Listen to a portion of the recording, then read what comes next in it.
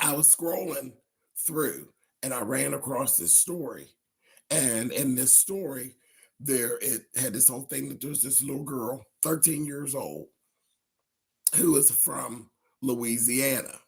She's from Louisiana, and they found her in a box that was covered by a sheet in a home here in Pittsburgh. This just happened this past Thursday. So it's the day before Halloween.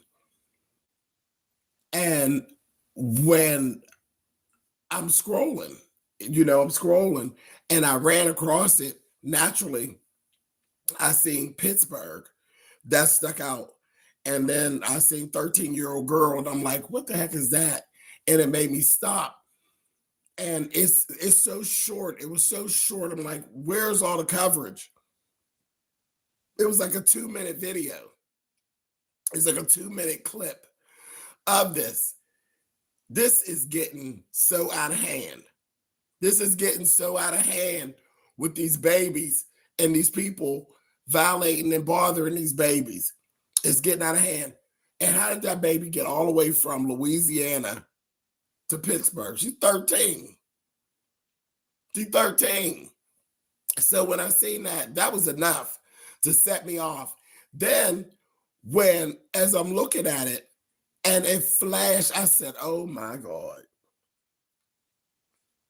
They showed the house. They showed the house. I knew the house. I have literally talked to you all who follow me on YouTube about this house before. I talked in detail about this house. Let me give you the rest of the story. Then I'm going to tell you why I'm so freaked out about it in this stupid house, okay? So she's 13 years, she's alive. She's alive. The baby is alive. She is alive. She is safe. The authorities have done a fantastic job. It was a multi-state search involving the U.S. Marshals and the Louisiana authorities. So they have done a spectacular job at actually tracing her down and actually finding her in a timely fashion. Now, they weren't able to stop everything that this baby went through, but they got her.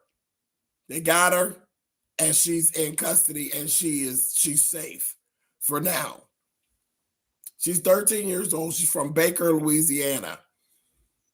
She met this guy, Keyshawn Crumity, on Snapchat. And he convinced her to come to Pittsburgh, and he promised her that adoption from a trusted adult. So obviously she's a displaced child. And that told me a lot of probably why he was like after her like that, because I guess he thought nobody, she wasn't attached to anybody or nobody would care. Man, are you crazy? Are you crazy? Horrible, horrible, horrible, horrible. But where it got worse, again, 13 years old. How do you get all the way from Louisiana to Pittsburgh, Pennsylvania? There was a guy arrested, 62 years old, named Ronald Smith from Columbus, Georgia. He was involved with another man named Alvin Hansen, who drove with him. They literally drove her from Louisiana to Georgia and put her on a bus to Pittsburgh. These are grown people. Like, what are we doing? What are we doing here? You took your grown ass at 62. 62, he could have been her great-grandfather. Took that baby from Baton Rouge with another So Alvin sitting in the car with you. Alvin didn't say, you know what, this ain't right. They took her from Baton Rouge into Georgia, put her on the bus, and sent her here to this pervert here who's 26 years old. And he gave her alcohol and gave her edibles and hiding her in the basement when the house get raided or whatever. And it was stated that in that basement, there was another woman and a man from the DC area. And it was said that the three of them all were sleeping in this bed in this basement. This is a 13-year-old child, 13, being introduced to or involved in things that the 13-year-old even got no business knowing about. And there was evidence of violation of her once the authorities got her and got her checked out and everything. They had been actually looking for her since October the 20th. So they did do, all the way from Louisiana here. They caught up with her pretty quickly because they made quite a few moves with this child. 4 grown adults. 4 grown adults. 5. There's the two pieces of people in the basement. That's 5 grown adults. So the guy, the Keyshawn guy, he's been arrested for child trafficking, corruption of a minor, and there's multiple charges of assault. And this was enough to freak me out, okay? And you're playing to the need of a child. Tell me, we will get you there, and somebody will adopt you, and this, that, thing, and the other. Snapchat, goddamn Snapchat. So I said, okay. But then, like I said, as I'm looking at the news story, and something this heinous, it only got 2 minutes on the news. I literally was just scrolling through, and I just by chance seen my city name. How often you're on YouTube, you don't see Pittsburgh. It's like, what is this? 2 minutes. 2 minutes. And then, like I said, and in the 2 minutes, I'm listening to it, and I'm like, what in the world? And then they flash the house. And my stomach just turned. My whole stomach just turned. I told you all, it's been 5 years that I've been living in this house. I looked all over the place for my house. There's a house that I have told you all about in detail because me and my realtor, she and I went to a house, Davis Avenue in Brighton Heights. Davis Avenue in Brighton Heights. I'll never forget it. We went into this house, and from the entry of the house, I just said, something ain't right. Something ain't right. I got a real bad feeling in that house.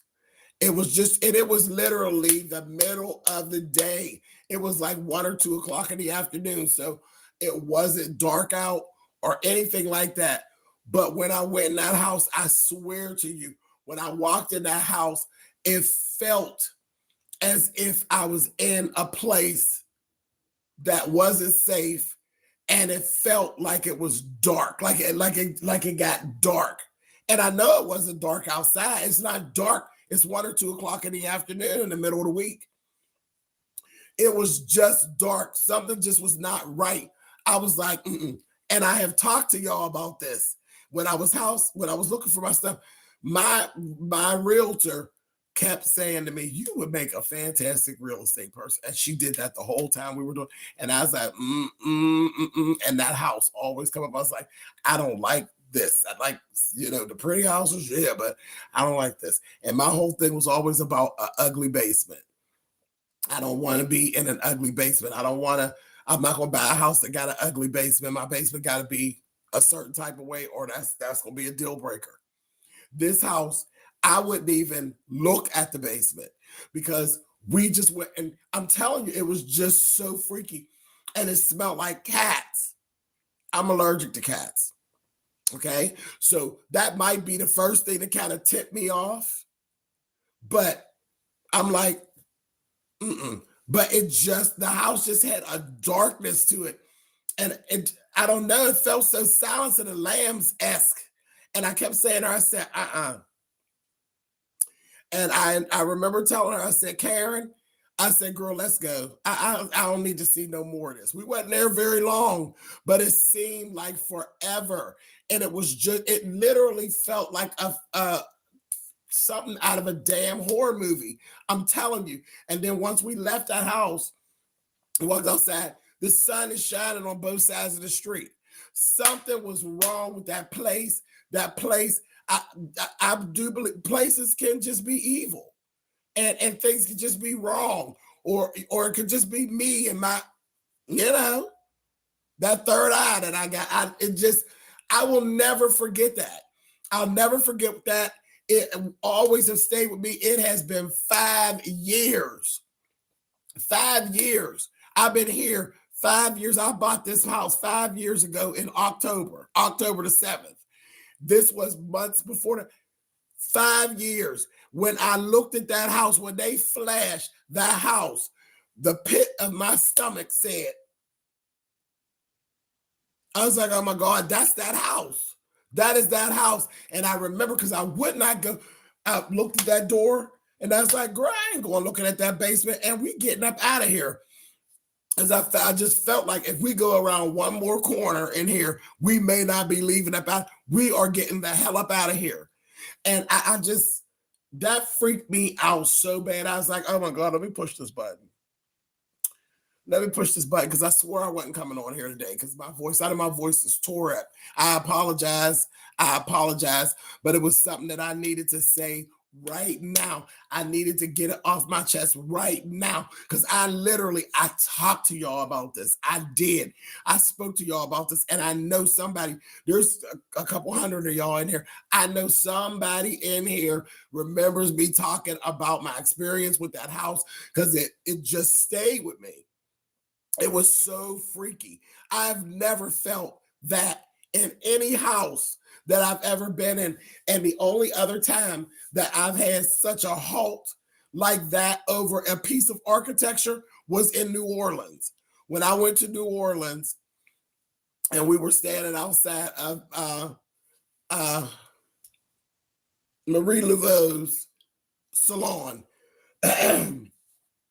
on Bourbon. We're standing there and you could actually go into it and everything. I was all game to go into it. It's sort of like a museum type of thing now, but it was her salon. Her house is around the corner, but it was her salon. I remember it like it was yesterday. I could feel my body standing there and just looking at it. And I was like, nope, I ain't going in there. And I've told you all before, I do believe in voodoo. I do believe in hoodoo and all the things. I'm not afraid. I'm not afraid at all. I'm really not. I'm not afraid at all. But I have a deep respect for all of those things, and certain lines I just don't need to cross. And I just felt that. And I was all game. I'm with a group. I was game. But when we got there, I took pictures. I got the pictures in my phone. I have those pictures in my phone right now from when I was in New Orleans, standing outside of there, and I would not move. I would hold y'all coats and y'all purses, but mother not going up in there. I would not go in the building. I'm not doing it. My feet were planted flat. I don't know what that means. It don't even matter. But whatever it is that is higher than me said no. And I stood there. I had that happen, and then I literally had this, and I went too far, because when I hit the porch, I just was like,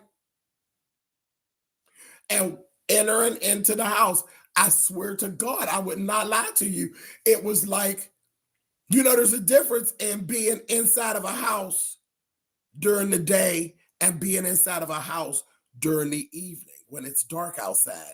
It's something about it.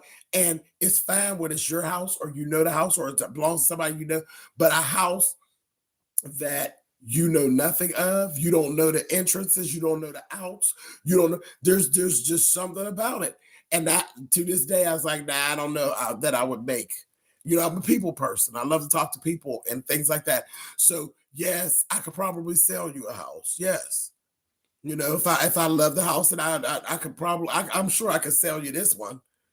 I could definitely sell you this one. I could tell you all the good things about it, and I could tell you what I would change and the whole 9 yards. I could definitely sell you. I love this house. I would be able to sell you on it. But that whole thing of going in houses that you don't really know anything about, and you don't know any of the background or anything like that, and what happens when you get that feeling? Because I would have never shown that house. So I was like, oh no. But I'm not gonna go too long and keep y'all. I kept y'all really long and that my throat is hurting. But it just, oh my God, it freaked me out so bad. And then to hear that this baby was in that basement.